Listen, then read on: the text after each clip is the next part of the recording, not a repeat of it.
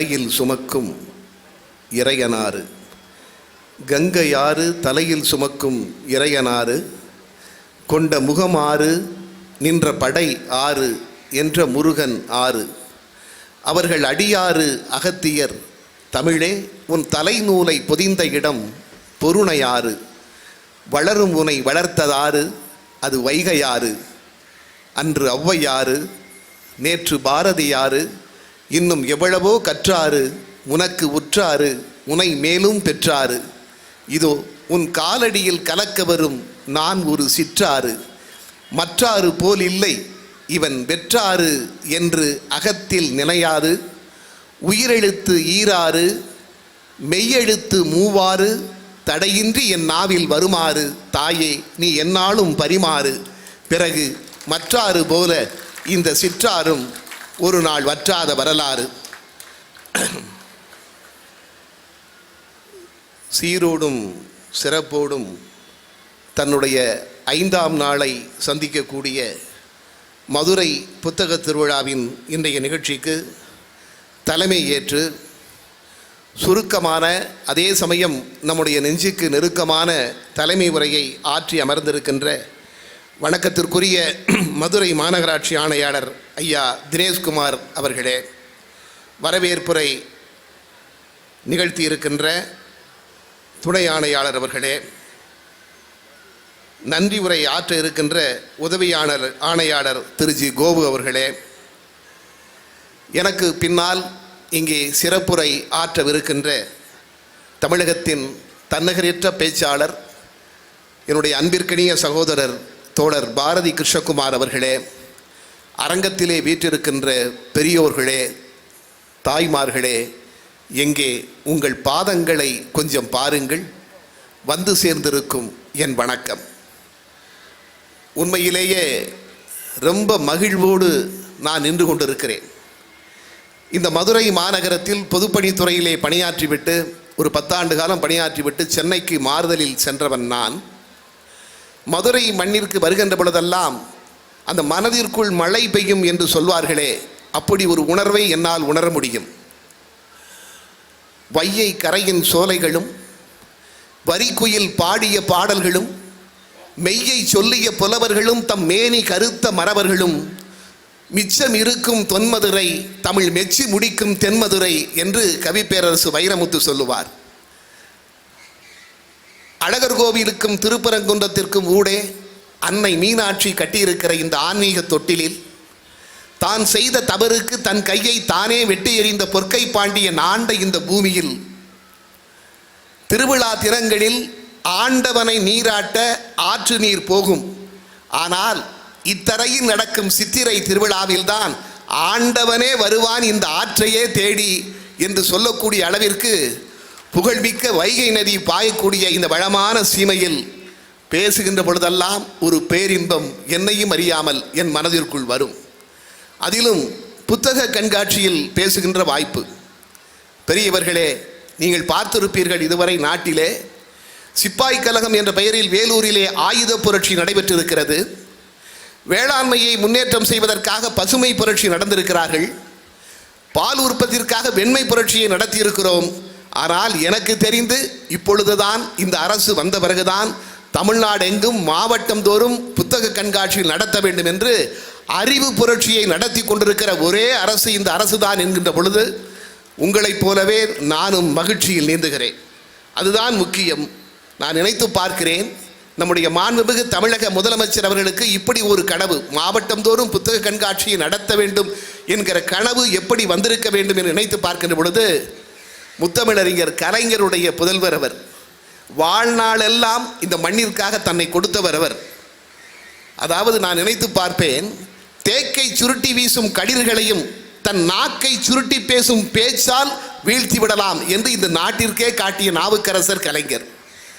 கந்தகங்களை வைக்கக்கூடிய திரிகள் மட்டுமல்ல, வரிகளுக்குள் சுருட்டி வைக்கப்படும் திரிகளுக்குள் சுருட்டி வைக்கப்படும் கந்தகங்கள் மட்டுமல்ல, வரிகளுக்குள் சுருட்டி வைக்கப்படும் வார்த்தைகளும் வெடிக்கும் என்று கவியரங்களில் நிரூபித்த கவியரங்க திலகம் முத்தமிழறிஞர் கலைஞர் அவர்கள். ஆக அவருடைய அந்த பாரம்பரியமாக இருப்பதால் வாசிப்பு என்பது எவ்வளவு முக்கியம் என்பதை உணர்ந்ததால் இப்படிப்பட்ட புத்தக கண்காட்சியை மாவட்டந்தோறும் நடத்துவதற்கு நம்முடைய மாண்புமிகு முதல்வர்கள் உத்தரவிட்டிருக்கிறார் நினைக்கின்ற பொழுது உண்மையிலேயே அவரை வணங்க தோன்றுகிறது. ஏனென்றால் நான் கூட ஒரு கவிதையிலே சொல்லுவேன், புத்தகங்களை நாம் மேலிருந்து கீழே வாசிக்கிறோம், புத்தகங்களை நாம் மேலிருந்து கீழே வாசிக்கிறோம், புத்தகங்களோ நம்மை கீழிருந்து மேலே தூக்கிவிடும். புத்தகங்களை நாம் மேலிருந்து கீழே வாசிக்கிறோம், புத்தகங்களோ நம்மை கீழிருந்து மேலே தூக்கிவிடும். அப்படிப்பட்ட சக்தி புத்தகங்களுக்கு உண்டு. நான் நினைத்து பார்க்கிறேன், வாசிப்பு என்பதும் சின்ன வயதிலேயே திறமையை வளர்த்து கொண்டால் எப்படி வளரலாம் என்பதற்கு நம்முடைய உதாரணங்கள் கண் முன்னால் நிரம்ப கிடக்கின்றன. அதாவது தென்னிந்தியாவிலேயே அதிகமான திரைப்படங்களை தயாரித்த நிறுவனம் சேலத்திலே இருந்த மாடர்ன் தியேட்டர்ஸ். அந்த மாடர்ன் தியேட்டர்ஸுடைய அதிபர் T.R. சுந்தரத்தை பற்றி சொல்லுகின்ற பொழுது, வெளிநாட்டில் படித்தவர், அத்துணை புத்தகங்களை வாசிக்கக்கூடிய ஒரு வாசிப்பாளராக இருந்தார். அதனால்தான் அவரிடம் திறமை கொட்டி கிடந்தது என்று சொல்வார்கள். அவரை பற்றி ஒரு புத்தகம் வந்திருக்கிறது, முதலாளி என்கிற ஒரு புத்தகம். அந்த புத்தகத்தை வேங்கடசாமி என்று ஒரு பத்திரிகையாளர் எழுதியிருக்கிறார். அவர் எந்த அரசியல் கட்சியும் சார்ந்தவர் கிடையாது. வேங்கடசாமி என்கின்ற அந்த எழுத்தாளர் மாடர்ன் தியேட்டர்ஸோடு நெருங்கிய தொடர்பில் இருக்கிறவர். அவர் முதலாளி என்று ஒரு புத்தகம் எழுதியிருக்கிறார். அதை வானதி பதிப்பகம் வெளியிட்டிருக்கிறது. அந்த புத்தகத்தில் இருக்கிற செய்திகளை படிக்கின்ற பொழுது இப்படியெல்லாம் செயல்பட முடியுமா என்கின்ற பல சம்பவங்கள் நமக்குள் தோன்றுகின்றன. அவர் ஒரு சம்பவத்தை எழுதுகிறார். T.R. சுந்தரத்துடைய திறமையை பற்றி சொல்லுகின்ற பொழுது எழுதுகிறார்கள், அலிபாபாவும் 40 திருடர்களும் மாடர்ன் தியேட்டர்ஸ் தயாரித்த படம் உங்களில் பலர் பார்த்திருப்பீர்கள். அந்த அலிபாபாவும் 40 திருடர்கள் படத்திற்கு 2 நாட்கள் ஷூட்டிங் நடத்த வேண்டும். படம் அதோடு முடிந்துவிடும். 2 காட்சிகள். ஒன்று, படத்தினுடைய கதாநாயகன் திரு MCR அவர்கள் கதாநாயகி பானுமதியோடு டூயட் பாடுகிற ஒரு காட்சி, அது படப்பிடிப்பு நடத்த வேண்டும். இன்னொன்று, படத்தினுடைய வில்லன் PS வீரப்பாவோடு என் கதாநாயகன் MGR வாள் சண்டையிடும் ஒரு காட்சி. இந்த 2 காட்சிகள் எடுக்க வேண்டும்.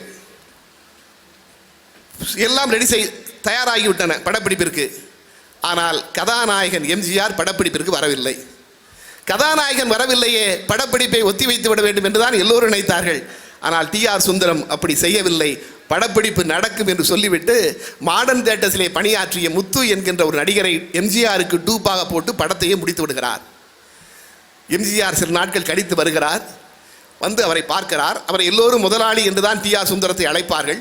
முதலாளி, என்னால் சில பிரச்சனைகளால் வர முடியவில்லை என்று சொல்கிறார். அதற்கு T.R. சுந்தரம் சொன்னாராம், சரி ராமச்சந்திரா, அது அந்த புத்தகத்தில் இருக்கிற செய்தி, சரி ராமச்சந்திரா, வந்ததுதான் வந்தாய், படத்தை ஒரு முறை பார்த்துவிட்டு போ என்று சொல்கிறார். தான் நடித்த அலிபாபாவும் 40 படத்தை MGR முதலாக பார்க்கிறார் மாடர்ன் தியேட்டர்ஸில். MGRக்கே ஆச்சரியமாம், அந்த காட்சியில் தான் நடித்திருக்கிறோமா இல்லை டூப்பு தான் நடித்திருக்கிறாரா MGRாலேயே கண்டுபிடிக்க முடியவில்லையா. அந்த அளவிற்கு திறமை வாய்ந்தவர் T.R. சுந்தரம். அதில் எழுதுகிறார்கள், T.R. சுந்தரமும் ஒத்திகை அரங்கத்தில் தினமும் மாலையிலே எல்லோரோடும் பேசுவார்.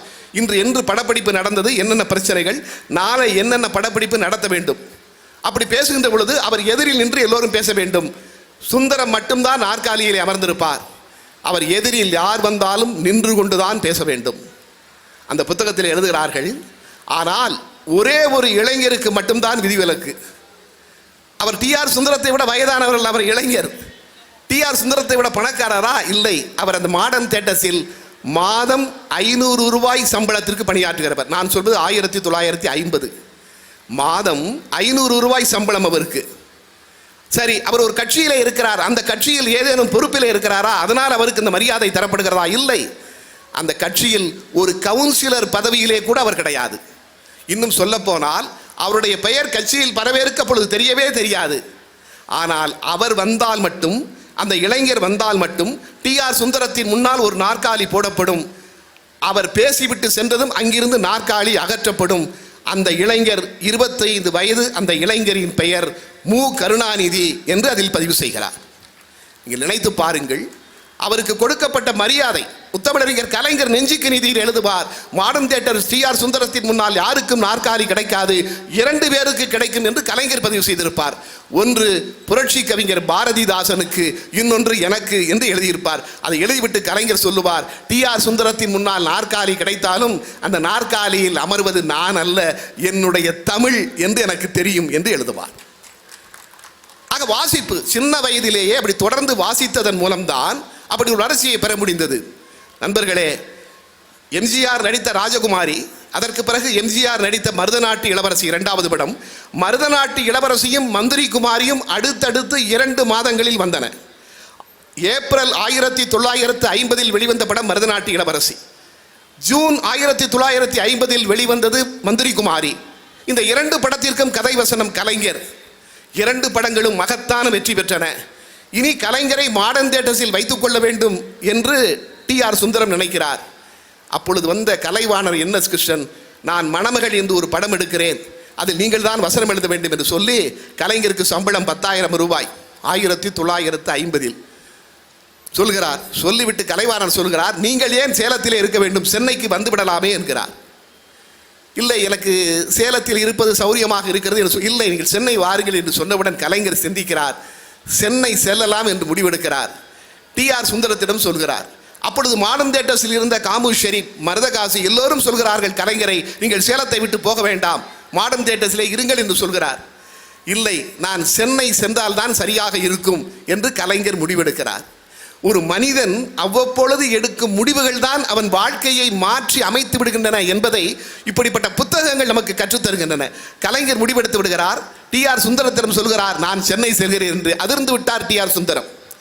ஏனென்றால் வெறும் மருதநாட்டு இளவரசி மந்திரி குமாரி மட்டுமல்ல, தோற்று விடுமோ என்று பயந்த திகம்பர சாமியார் படத்தை கூட கலைஞர் சில காட்சிகளை மாற்றி அமைத்ததால் தான் அந்த படம் வெற்றி என்று சுந்தரம் முடிவு செய்கிறார். ஆக கலைஞரை விடக்கூடாது என்று சொல்லிவிட்டு கலைஞரிடம் கேட்டார், நான் இப்பொழுது உங்களுக்கு எவ்வளவு சம்பளம் தருகிறேன்? நீங்கள் மாதம் 500 ரூபாய் சம்பளம் தருகிறீர்கள். சரி, நீங்கள் மட்டும் மாடர்ன் தியேட்டர்ஸில் தொடர்ந்து பணியாற்றினால் உங்களுக்கு நான் 5,000 ரூபாய் சம்பளம் தருவேன் இனிமேல். டி.ஆர். சுந்தரம் சொல்கிறார். நினைத்து பாருங்கள், 5,000 ரூபாய் என்றால் 1950 ஒரு பவுன் விலை 80 ரூபாய். மாதம் 60 பவுன் வாங்கலாம். 60 பவுன் என்றால் இன்றைய மதிப்பு கிட்டத்தட்ட 30 லட்சம் ரூபாய். மாதம் 30 லட்சம் ரூபாய் சம்பளம் தருகிறேன், நீங்கள் மாடர்ன் தியேட்டர்ஸை விட்டு போகாதீர்கள் என்று டி.ஆர். சுந்தரம் சொன்ன பொழுது, இல்லை இல்லை, என்னுடைய இயக்கத்திற்காகவும் என்னுடைய எதிர்கால பணிகளுக்காகவும் நான் சென்னை செல்வதுதான் சரியாக இருக்கும், பணம் தேவையில்லை, எனக்கு கொள்கைதான் தேவை என்று சொல்லிக்கொண்டு அங்கிருந்து புறப்படுகிறார் கலைஞர். இது கற்பனை அல்ல, நான் எந்த அரசியல் கட்சியும் சார்ந்தவன் இல்லை. அந்த புத்தகம் சொல்லுகிற செய்தி இது. ஒரு மனிதன் தனக்கு பணம் கிடைக்கிறதே என்று நினைத்து பாருங்கள். முத்தமிழறிஞர் கலைஞர் இவ்வளவு பெரிய சம்பளம் நமக்கு கிடைக்கிறதே என்று நினைத்து சேலத்திலே இருந்திருந்தால் இந்த தேசத்தினுடைய கோடிக்கணக்கான தமிழர்களின் நாடிக்கணக்காக இருந்து 5 முறை ஆட்சிக்கு வந்த அரசியல் சாணக்கியராக மாறி இருக்க முடியுமா? ஆக அவ்வப்பொழுது நாம் எடுக்கிற முடிவுகள் நம்மை மாற்றி விடுகின்றன என்பதை இந்த புத்தகம் எனக்கு சொல்லித் தருகிறது. இன்று மகாகவி பாரதியினுடைய பிறந்த நாள், நினைவு நாள். மகாகவி பாரதியினுடைய நினைவு நாள் இன்று. பாரதியினுடைய வரலாற்றை நீங்கள் புரட்டி பாருங்கள். பாரதி வாழவே இல்லை என்கிறது பொருளாதாரம், அவன் சாகவே இல்லை என்கிறது சரித்திரம். அதுதான் அது எனக்கு சொல்லி தருகிறான். பாரதி வாழவே இல்லை என்கிறது பொருளாதாரம், அவன் சாகவே இல்லை என்கிறது சரித்திரம். காலத்தால் கூட அவன் கவிதைகளை தின்று தீர்க்க முடியாது. காரணம், பாரதி பாடியதே பட்டினியோடு தானே. நிலத்தில் அவன் நெருங்க முடியாத நெருப்பு என்பதால் தான் அவனை அல்லிக்கேணியில் வைத்து அணைக்க பார்த்தான் யமன். அதான் பாரதி. அந்த பாரதியினுடைய வாழ்க்கையை நீங்கள் புரட்டி பாருங்கள். அவன் பொருளாதாரத்தை பெரிதாக நினைத்ததே கிடையாது. பொருளாதாரம் அவசியம்தான், ஆனால் பொருளாதாரம் தான் நம்முடைய வாழ்க்கை என்று வாழ முடியாது. நான் கூட ஒரு கவிதையிலே சொல்லுவேன், அன்று காந்தியிடம் பணம் இல்லை, இன்று காந்தி இல்லை எனில் அது பணமே இல்லை. அதுதான் வாழ்க்கை. காந்தியிடம் பணம் இல்லை, இன்று காந்தி இல்லை எனில் அது பணமே இல்லை. அதுதான் வாழ்க்கை. பாரதியுடைய பொருளாதாரத்தை அவன் மதித்ததே கிடையாது. பாரதி கவிதை தான் என் வாழ்வு என்று சொன்னான், இல்லையா? அந்த ஒரு சம்பவத்தை பி.ஸ்ரீ ஒரு புத்தகத்தில் எழுதுகிறார். டாக்டர் சஞ்சீவி மாளிகை, டாக்டர் சஞ்சீவி என்று அந்த காலத்தில் வாழ்ந்த மிகப்பெரிய வசிய மருத்துவர். அவருடைய மாளிகையிலே ஒரு நாள் எல்லோரும் அமர்ந்திருக்கிறார்கள். சுதந்திர போராட்ட வீரர்களால் உட்கார்ந்து பேசிக் கொண்டிருக்கிறார்கள். மாயூரம் வேதநாயகம் பிள்ளை அமர்ந்திருக்கிறார். திடீரென்று பாரதி உள்ளே வருகிற பாரதியை வரவேற்ற டாக்டர் சஞ்சீவி, எங்களுக்காக ஒரு பாடல் பாடுங்கள் என்று சொல்கிறார். அப்பொழுது ஜெயமுண்டு பயமில்லை மனமே என்கிற பாடலை பாரதி பல்வேறு ராகங்களிலே பாடுகிறார். அவர் பாடி முடித்ததும் டாக்டர் சஞ்சீவி மகிழ்ந்து வீட்டிற்குள்ளே போய் ஒரு 10 ரூபாய் நோட்டை எடுத்து வந்து பாரதியினுடைய கைகளிலே கொடுக்கிறார். பாரதி கையில் கொடுக்க முற்படுகிறார். பாரதி சொல்கிறார், உங்கள் கையில் அந்த ரூபாயை நீங்கள் வைத்துக் கொள்ளுங்கள், நான் எடுத்துக்கொள்கிறேன். என் கை கீழாகவும் உங்கள் கை மேலாகவும் இருக்கக்கூடாது. ஏனென்றால் இந்த 10 ரூபாய் என்பது நீங்கள் ஒரு கவிதா தேவிக்கு செய்யக்கூடிய காணிக்கை என்று பாரதி சொல்கிறார். ஆக டாக்டர் சஞ்சீவி அந்த 10 ரூபாயை தன் கையிலே வைத்துக்கொண்டு பாரதி அந்த 10 ரூபாயை எடுத்துக்கொண்டு வெளியே போகிறார். அப்பொழுது எல்லோரும் பேசிக் கொண்டிருக்கிறார்கள். அப்பொழுது திடீரென்று ஒரு 4-5 பேர் உள்ளே வருகிறார்கள். உள்ளே வந்தவர்கள் சொன்னாராம், நாங்கள் இப்பொழுதுதான் உங்களை பார்ப்பதற்கு வந்தோம். வந்த நேரத்தில் வெளியே ஒருவர் எங்கள் எல்லோருக்கும் டிஃபன் சாப்பிடுவதற்கு வாங்கி கொடுத்தார், உணவு வாங்கி கொடுத்தார் என்று அவர் சொல்லிக் கொண்டிருக்கின்ற பொழுதே பாரதி உள்ளே வருகிறார். இதோ இவர்தான் எங்கள் எல்லோருக்கும் உணவு வாங்கி கொடுத்தார் என்று சொல்கிறார். அதற்கு முன்னால் அங்கே பேசிக் கொண்டிருந்த பொழுது சஞ்சீவி கேட்டிருந்தார், என்னை வசிய மருத்துவர் என்று எல்லோரும் சொல்கிறார்கள், ஆனால் பாரதியினுடைய பாடலில் ஒரு மிகப்பெரிய வசியம் இருக்கிறதே, அது எப்படி என்றால் உணர முடியவில்லை என்று அவர் சொல்லியிருப்பார்.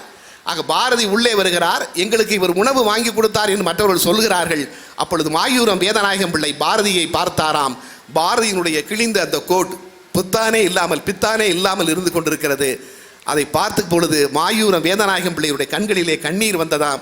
அதை பார்த்து கொண்டே, பாரதியை பார்த்து கொண்டே மாயூர வேதநாயகம் பிள்ளை டாக்டர் சஞ்சீவிடம் சொன்னாராம், இதுதான் பாரதியினுடைய வசியம்.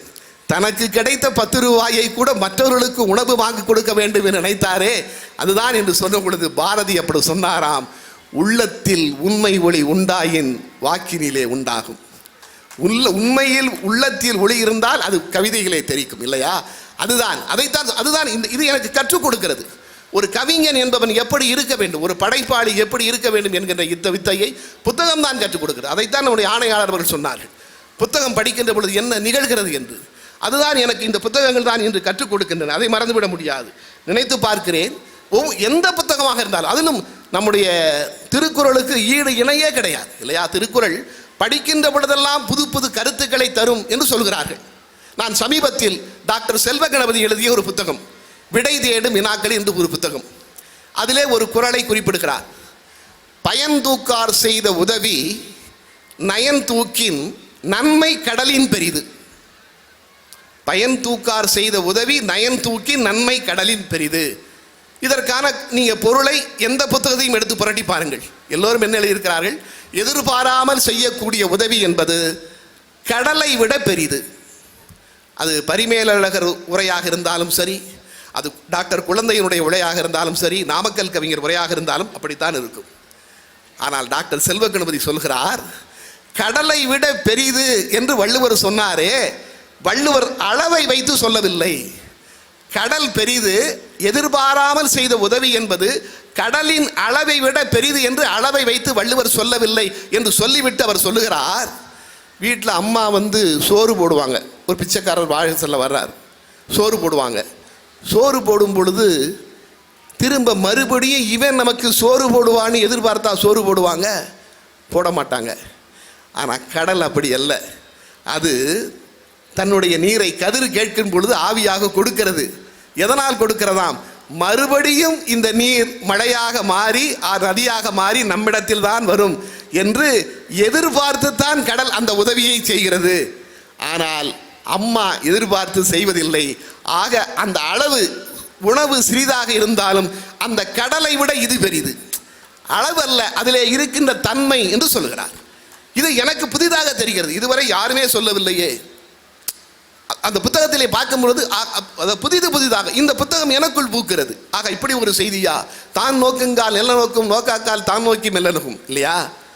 அதுக்கும் எழுதுகிறார், அதாவது நீ தான், நான் பார்க்கும்போது அவள் மண்ணை பார்க்குறா, நீ பார்க்காத போது என்ன பார்க்குறா அப்படின்னு சொல்கிறீங்கள. அதை கேட்குறாரு, நீ தான் பார்க்கலையே, அப்புறம் எப்படி அவள் ஒன்றை பார்த்தது உனக்கு தெரியும்? இது செல்வ கணபதி அந்த புத்தகத்தில் ஒரு கேள்வி வைக்கிறார். நான் பார்க்கும்போது நீ நிலத்தை பார்க்குற, நான் பார்க்காத போது அவள் என்ன பார்க்குறான்னு சொல்கிறாரு, அப்படித்தானே பொருள் எழுதுகிறார்கள். அது எப்படி தெரியும்? அதில் எழுதுகிறார், பார்த்தல் என்பது வேறு, நோக்குதல் என்பது வேறு. நான் அதில் தான் தெரிந்து கொள்கிறேன், இந்த வார்த்தைக்கு இப்படி ஒரு பொருள் இருக்கிறதா என்று. கற்றவர்கள் இதை முன்பே கற்றவர்களுக்கு தெரிந்திருக்கலாம், என்னை போன்றவர்கள் அவ்வப்போது படிக்கிறவர்களுக்கு. ஆக இதற்கு இப்படி ஒரு பொருள் இருக்கிறா என்று சொல்லுகிறார். அதற்கு அர்த்தம் சொல்லுகிறார், நம்ம பஸ் ஸ்டாண்டில் நிற்கிறோம், நம்ம ஊர் பஸ் வருதான்னு பார்க்கும்போது நோக்குதலாம், ஆனால் எல்லா பஸ்ஸையும் பார்ப்போம், அது பார்த்தலாம். எல்லா பேருந்துகளையும் பார்ப்பது பார்த்தல். நம்ம கிராமத்து பேருந்து வருகிறதா என்று சொல்வது நோக்குதல். அதனால் தான் கம்பன் அண்ணலும் நோக்கினாள் அவளும் நோக்கினாள் பார்த்தன்னு சொல்லலாம். இந்த செய்தி எனக்கு புதிதாக இருக்கிறது. எத்தனை ஆண்டுகள் திருக்குறள். ஆக புதிதாக இந்த புத்தகம் நமக்கு ஒரு பூ எப்படி புதிதாக பூக்கிறதோ அப்படி எனக்குள் இந்த பூ பூக்கிறது. அதான் உண்மை. நீங்கள் எதுவாக இருந்தாலும் நான் அதாவது நிறைய சம்பவங்கள் நமக்கு விசித்திரமூட்டும், ஆச்சரியமூட்டும். ஒவ்வொரு கவிஞனும் சொல்லுகின்ற பொழுது, அதிலும் இன்னைக்கு பாரதியினுடைய நினைவு நாள், கவிஞர்களை நாம் கொண்டாட வேண்டும். நான் வியந்து பார்க்கிற ஒரு கவிஞன் இந்த மண்ணிலே காளமேக புலவர். காளமேக புலவருக்கு இருக்கின்ற திறமை அளவிற்கு அவருக்கு பெயர் இல்லாததற்கு காரணம் அவர் எந்த காவியத்தையும் பாடாமல் போய்விட்டாரே என்பதுதான்.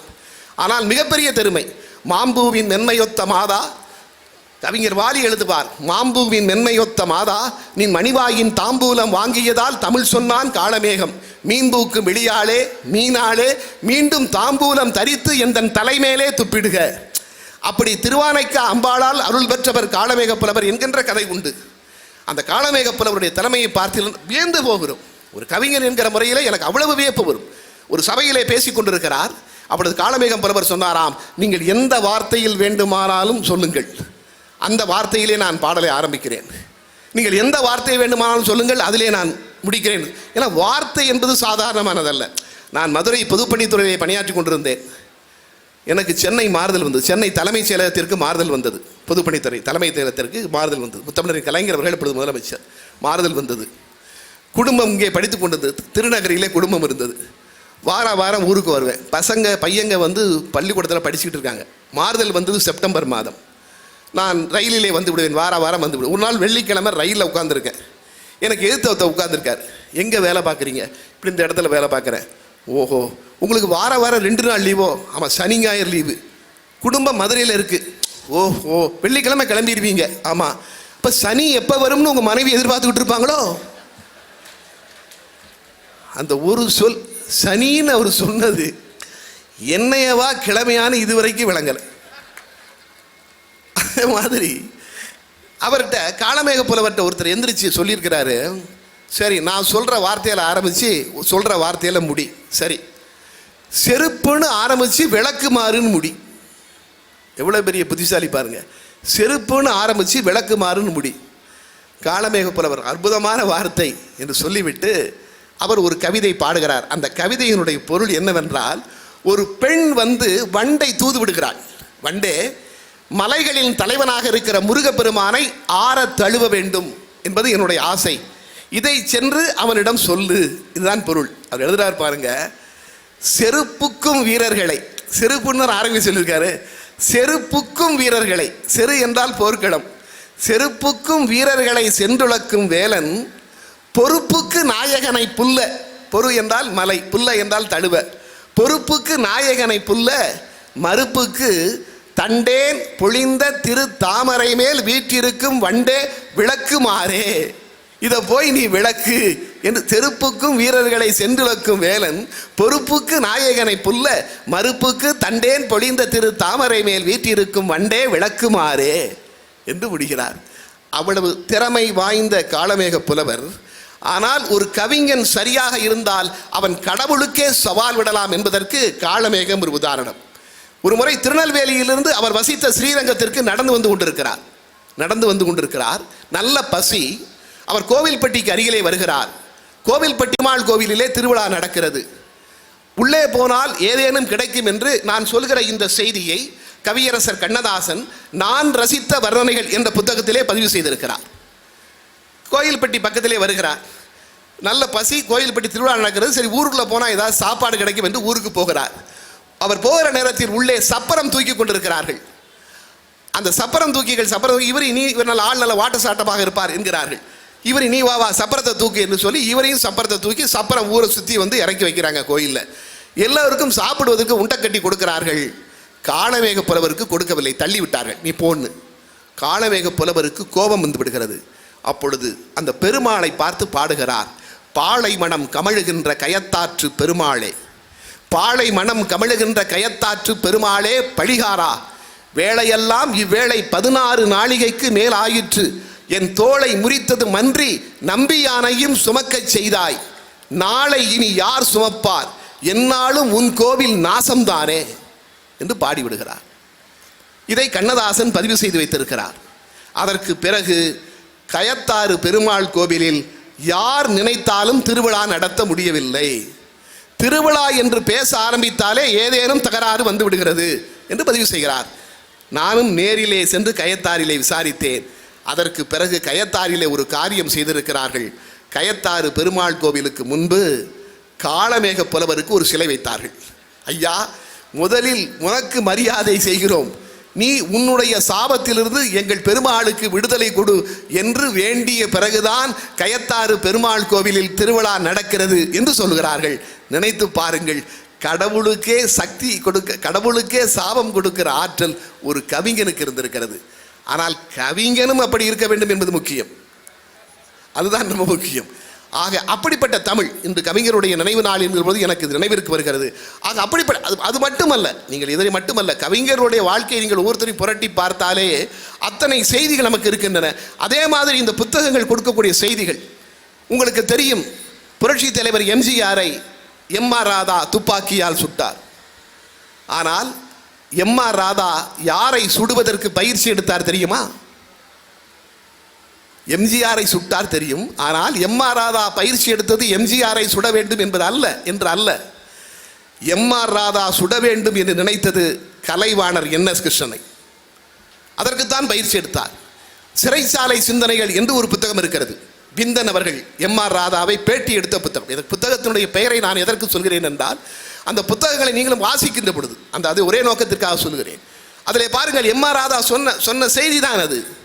எதற்காக என்.எஸ். கிருஷ்ணனை அவர் சுட வேண்டும்? இழந்த காதல் என்று ஒரு நாடகம். அந்த நாடகத்திலே ஜெகதீஷ் என்கிற பாத்திரத்திலே எம்.ஆர். ராதா நடிக்கிறார். அந்த நாடகத்தில் பலத்த வரவேற்பு. அந்த நாடகத்தை படமாக்க வேண்டும் என்று நினைத்த என்.எஸ். கிருஷ்ணன் நாடகத்தை வந்து பார்க்கிறார். பார்த்துவிட்டு போகின்ற பொழுது நாடக முதலாளியிடம் சொல்லிவிட்டு போகிறார், இனிமேல் இந்த பாத்திரத்தில் எம்.ஆர். ராதா நடிக்க வேண்டாம், வேறு நடிகரை போட்டு நடிக்க வையுங்கள். அதற்கு பிறகு டி.எஸ். பாலையாவை போடுகிறார்கள். கரீம் என்கிற இன்னொரு நடிகரை போடுகிறார்கள். யார் நடிப்பையும் மக்கள் ஏற்றுக்கொள்ளவில்லை. நாடக கொட்டையிலே எங்கே ராதா எங்கே ராதா என்று சில ஊர்களில் நாற்காலிகளை நொறுக்கி இருக்கிறார்கள். அந்த அளவிற்கு எம்.ஆர். ராதா அப்படி மக்களை கவர்ந்து வைத்திருக்கிறார் நாடகத்திலே. எம்.ஆர். ராதா ஒரு முடிவெடுக்கிறார், இந்த படத்தில் என்னை ஒரு பயன்படுத்தக்கூடாது என்பது மட்டுமல்ல, நாடகத்திலும் நான் நடிக்கக்கூடாது என்று சொல்லியிருக்கிறாரே, இனிமேல் என்.எஸ். கிருஷ்ணன் உயிரோடு இருக்கக்கூடாது, சுட வேண்டும் என்று நினைத்து அவர் உடுமலைப்பேட்டை என்று நினைக்கிறேன் போய் துப்பாக்கி வாங்கி வந்து கரூரிலே நாடகம் நடக்கும் பொழுது பயிற்சி எடுக்கிறார். அப்பொழுது அவரை பேட்டி எடுத்த விந்தன் கேட்கிறார், நீங்கள் துப்பாக்கி பயிற்சி எடுக்கும் பொழுது குண்டு சத்தம் கேட்டிருக்கும், அதை பார்த்து காவலர்கள் யாரும் வரவில்லையா என்று வந்தார்கள். இது நாடகத்திற்காக பயிற்சி எடுக்கிறோம் என்று சொல்லிவிட்டோம் என்று அவரை அனுப்பிவிட்டோம். நடக்கிறது. ஒரு நாள் என்.எஸ். கிருஷ்ணனுக்கு இந்த தகவல் தெரிவிக்கப்படுகிறது, கரூர் பக்கம் வந்து விடாதீர்கள், உங்களை சுட வேண்டும் என்று எம்.ஆர். ராதா துப்பாக்கி பயிற்சி எடுத்துக்கொண்டிருக்கிறார் என்ற தகவல் என்.எஸ். கிருஷ்ணனுக்கு சொல்லப்படுகிறது. ஒரு நாள் எம்.ஆர். ராதா அறையிலே உட்கார்ந்திருக்கிறார். கதவு திறக்கிறது. திடீரென்று படியில் உள்ளே நுழைகிறார் என்.எஸ். கிருஷ்ணன். என்னடா என்னை சுடணும்னு சொல்லி துப்பாக்கி பயிற்சி எடுத்துட்டு இருக்காம, நான் நேரிலே வந்து விட்டேன் என்று நிற்கிறார். அவரை எதிர்பார்க்கவே இல்லை எம்.ஆர். ராதா. அவரை பார்த்து கொண்டே நிற்கிறார். உட்கார்ந்தவர் எழுந்து விட்டார். நிற்கிறார், எதிரே நிற்கிறார் என்.எஸ். கிருஷ்ணன். என்னை சுடணும்னு நினைச்சியா? இந்தா சுடு. ஒரு நண்பனின் கையால் சுடப்பட்டு சாவதை விட பெருமை வேறொன்றும் கிடையாது என்று எம்.ஆர். ராதாவால் பேச முடியவில்லை, விக்கித்து நிற்கிறார். அப்பொழுது என்.எஸ். கிருஷ்ணன் சொன்னார், என்ன பார்க்கிற? என்கிட்ட ஏகப்பட்ட பங்களாக்கள் இருக்கின்றன, என்னிடம் ஏகப்பட்ட கார்கள் இருக்கின்றன, எங்கள் என்னை போல எல்லோரிடமும் எல்லாமும் இருக்கிறது. ஆனால் திரைத்துறையில் உன்னிடம் இருக்கிறதே ஒரு நடிப்பு, அது யார்கிட்டடா இருக்கு? உங்ககிட்ட இருக்கிற நடிப்புங்க யார்கிட்ட இருக்கு? இவ்வளவு அற்புதமாக நடிக்கிற உன்னை வைத்துக்கொண்டு நீ அப்படி நடி இப்படி நடி என்று என்னால் எப்படி வேலை வாங்க முடியும்? உன்னை வேலை வாங்க கூடாது என்பதால் தான் இந்த படத்தில் உன்னை நான் போட வேண்டாம் என்று நினைத்தேன். ஆனால் உனக்கு புகழ் வரக்கூடாது என்று நினைத்து நான் தடை செய்தேன் என்று நினைத்தால் நீ தாராளமாக என்னை சுடலாம். நண்பனின் கையால் சுடப்பட்டு சாகின்ற பெருமை எனக்கு கிடைக்கட்டும் என்று என்.எஸ். கிருஷ்ணன் சொன்னாராம். ராதா சொல்கிறார், உடனே கட்டி பிடித்து, இல்லை நான் தான் தவறு செய்து விட்டேன் என்று என்.எஸ். கிருஷ்ணனை கட்டி பிடித்து அழுகிறார் எம்.ஆர். ராதா. நினைத்து பாருங்கள் இந்த சம்பவத்தை. அந்த நேரத்தில் என்.எஸ். கிருஷ்ணனுக்கு கோபம் வந்திருக்கலாம். ஏன்னா என்எஸ் கிருஷ்ணன் மிகப்பெரிய செல்வாக்கோடு இருந்த ஒரு காலகட்டம், நல்ல வசதி இருக்கிறது. எம்ஆர் ராதாவா நானா என்று பார்த்து விடலாம் என்று முடிவெடுத்திருக்கலாம்.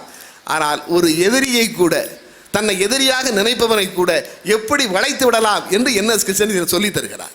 இந்த இடத்துல இந்த புத்தகம் எனக்கு இந்த செய்தி எனக்கு சொல்லி தருகிறது. தப்பியே பிறந்த நெஞ்சம், தாய் நெஞ்சம், பிள்ளை நெஞ்சம். கண்ணதாசன் சொல்லுவார் என்எஸ் கிருஷ்ணனை பற்றி, தப்பியே பிறந்த நெஞ்சம், தாய் நெஞ்சம், பிள்ளை நெஞ்சம், செப்பரும் கொடையின் நெஞ்சம், தேனிலே தோய்ந்த நெஞ்சம், ஒப்பிலா மணியாம் எங்கள் உயர் கலைவாணர் கொண்ட நெஞ்சம், இப்புவி உடனால் மட்டும் இனி பிறர் காணா நெஞ்சம். அந்த அளவுக்கு கொண்டாடக்கூடிய. ஆனால் அதே என்எஸ் கிருஷ்ணனை பற்றி இன்னொரு சம்பவத்தை ஒரு புத்தகத்திலே படிக்கின்ற பொழுது வியப்பாக இருக்கும். நம்முடைய சின்ன அண்ணாமலைக்கும் அவருக்கும் நடைபெற்ற சம்பவத்தை பார்க்கின்ற பொழுது நான் உட்கார்ந்திருந்தேன்.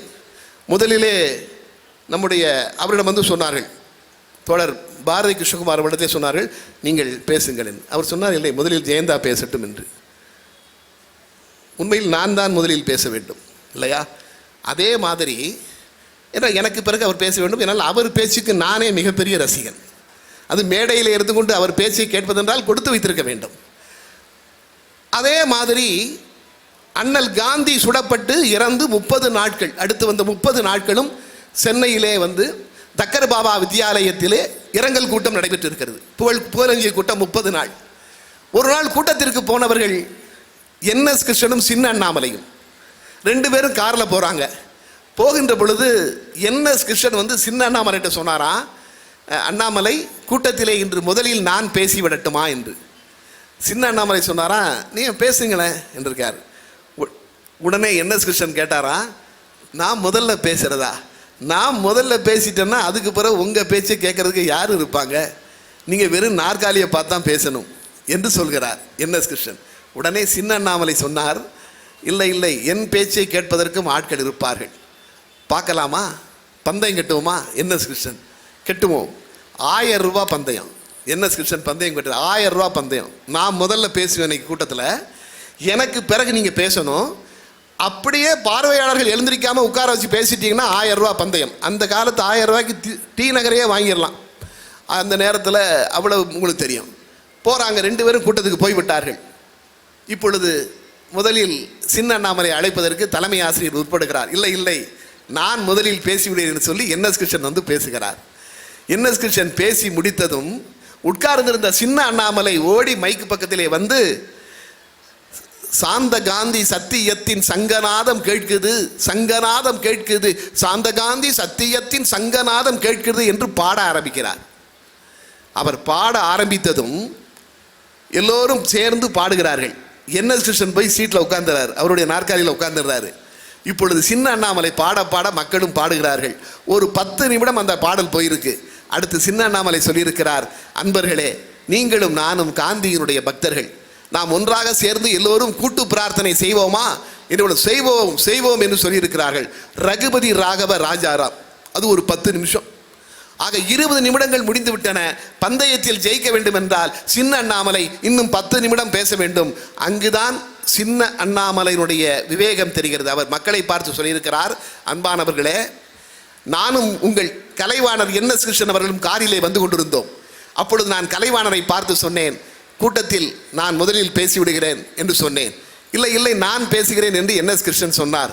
அப்பொழுது நான் என்ன கலைவாணரிடத்திலே சொன்னேன், நீங்கள் முதலிலே பேசினால் உங்கள் பேச்சை கேட்டது மக்கள் எழுந்து போய் விடுவார்கள், நான் வெறும் நாற்காலியை பார்த்துத்தான் பேச வேண்டும் என்று கலைவாணரிடம் சொன்னேன். அதற்கு கலைவாணர் என்ன சொன்னார் தெரியுமா? அண்ணாமலை அவர்களே, இன்று கூட்டத்திற்கு வருகிறவர்கள் உங்களுக்காகவோ எனக்காகவோ வரவில்லை, எல்லோரும் காந்திக்காகத்தான் வருகிறார்கள். அதனால் நான் முதலிலே பேசி எனக்கு பிறகு நீங்கள் பேசினால் கூட உங்கள் பேச்சை முழுமையாக அமர்ந்து பார்வையாளர்கள் கேட்பார்கள் என்று கலைவாணர் சொன்னார். கலைவாணர் சொன்னதைப் போல நான் பேசி முடிக்கிறவரை என் பேச்சை நீங்கள் கேட்பீர்களா என்று சொன்னவுடன் கேட்போம் கேட்போம் என்று மக்கள் எல்லாம் சத்தமிட்டிருக்கிறார்கள். என்எஸ் கிருஷ்ணன் வேகமாக அந்த ஒலி வாங்கி அருகிலே இல்லை இல்லை, அவர் மாற்றி சொல்கிறார், நான் தான் சொன்னேன், வருகின்ற பொழுது நான் முதலில் பேசி நீங்கள் பேசினால் வெறும் நாற்காலி தானே இருக்கும் என்று சொன்னேன், வேறொன்றுமல்ல, யாருக்குமே கர்வம் வரக்கூடாது என்று மறைந்த பிறகும் மகாத்மா காந்தி இன்று எனக்கு பாடம் நடத்தி இருக்கிறார் என்று என்எஸ் கிருஷ்ணன் சொன்னார். நான் இந்த 2 சம்பவங்களை நீங்கள் ஒப்பிட்டு பாருங்கள். தன்னை சுட்டு விடுவாரோ என்று நினைத்த எம்ஆர் ராதாவை பார்க்க இவரே போகிறார். இங்கே அவருக்கு ஒரு சின்ன கர்வம் தலையெடுக்கிறது. ஆக இது கற்றுத்தருகிறது. இந்த புத்தகங்கள் தான் எனக்கு ஒரு மனிதன் எப்படி இருக்க வேண்டும் என்கின்ற செய்தியை எனக்கு சொல்லித் தருகிறது. அதுதான் புத்தகங்கள் தான் நமக்கு ஆசிரியராக இருக்க முடியும். வாழ்க்கையில் உயர்ந்தவர்களை பாருங்கள். கவியரசர் கண்ணதாசன் பாடுவார், தான் பெற்ற பிள்ளையை ஏன் பெற்றோம் என்றுதான் தாய் என்று மாண்டு போனாள், தந்தையும் இப்பிள்ளை உருப்படாது என்றுதான் தணலிலே வெந்து போனான். தான் பெற்ற பிள்ளையை ஏன் பெற்றோம் என்றுதான் தாய் என்று மாண்டு போனால், தந்தையும் இப்பிள்ளை உருப்படாது என்றுதான் தணலிலே வெந்து போனான்.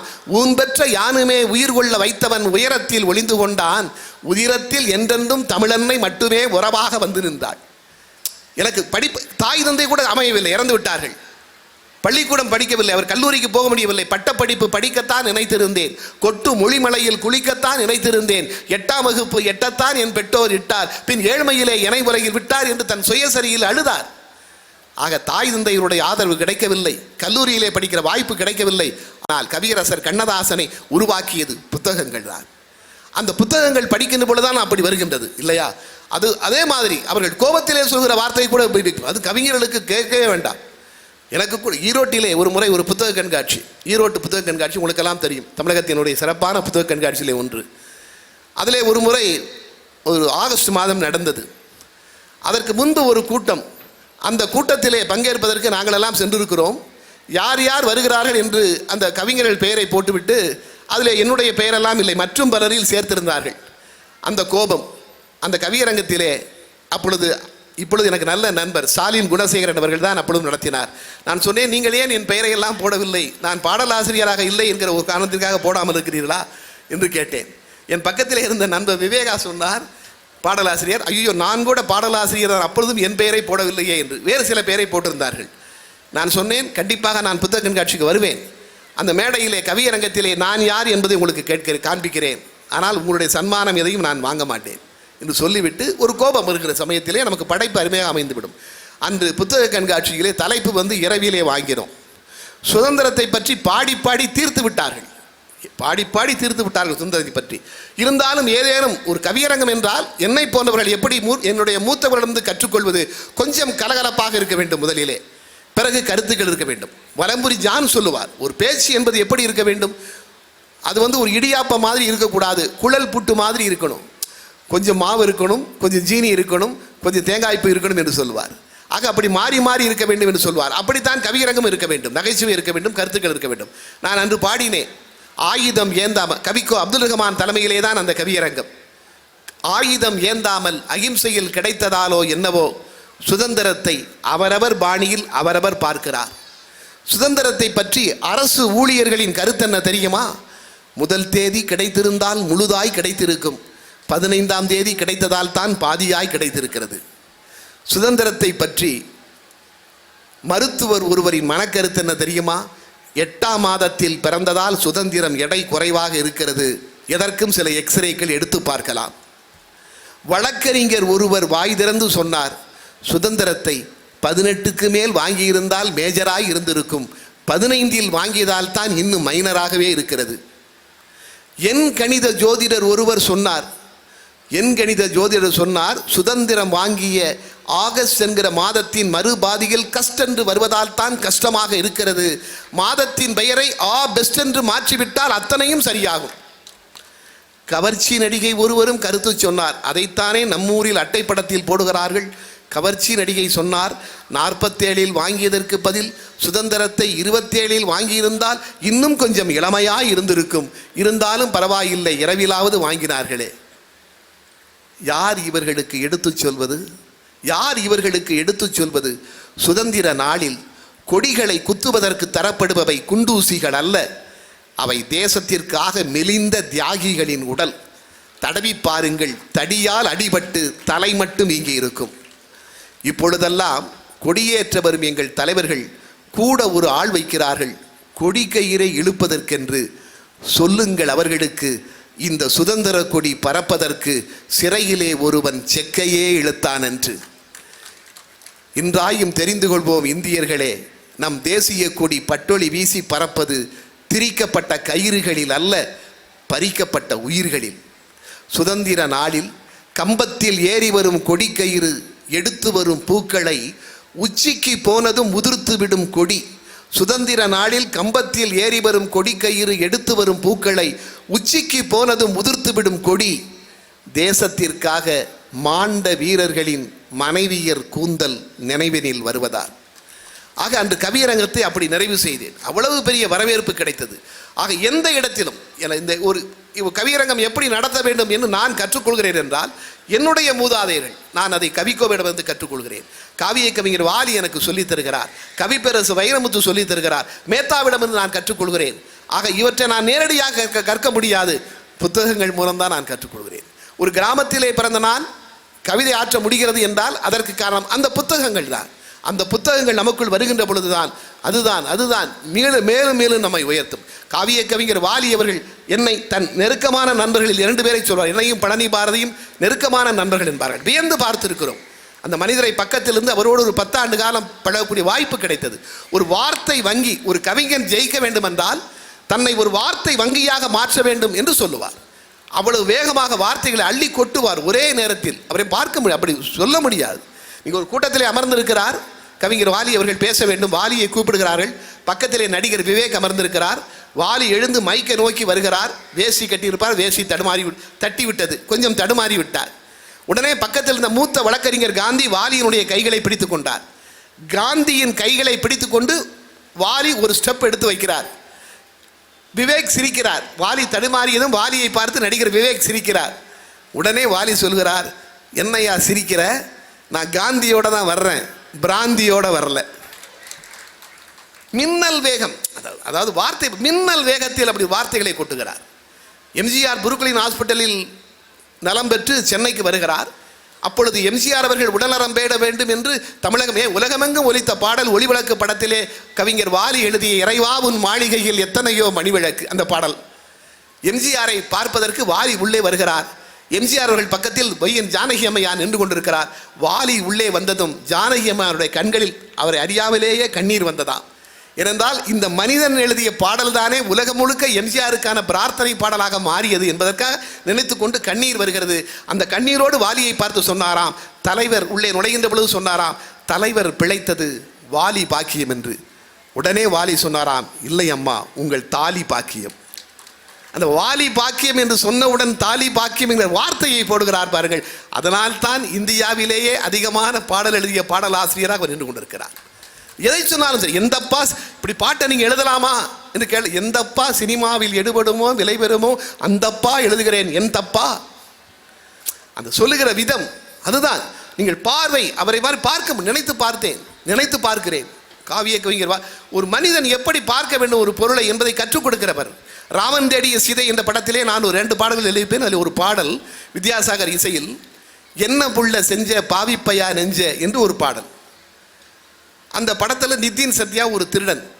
இந்த பாட்டில் நான் ஒரு 2 வரி எழுதியிருப்பேன். பல்லவியில் தெக்க வச்ச வள்ளுவனா ஒத்தையில் நிற்க வச்ச என்று எழுதியிருப்பேன். ஒரு நாள் கவிஞர் வாலி எனக்கு அந்த வரியை இசை வெளியீட்டு விழா அன்று நம்முடைய இயக்குனர் கருப்பழனியப்பன் ரொம்ப பாராட்டி பேசினார். ஒரு நாள் வாலி எனக்கு பேசுகிறார், ஃபோனில் வர்றார். வீட்லையா இருக்க? ஐயா வீட்டில் இருக்கேன். இந்த ராமன் தேடிய சீதையில் அந்த பாட்டை கேட்டேன். ஐயா நீ தான் எழுதினியா? ஆமையா. அது படத்தில் என்னையா சிச்சுவேஷன் உனக்கு சொன்னாங்க?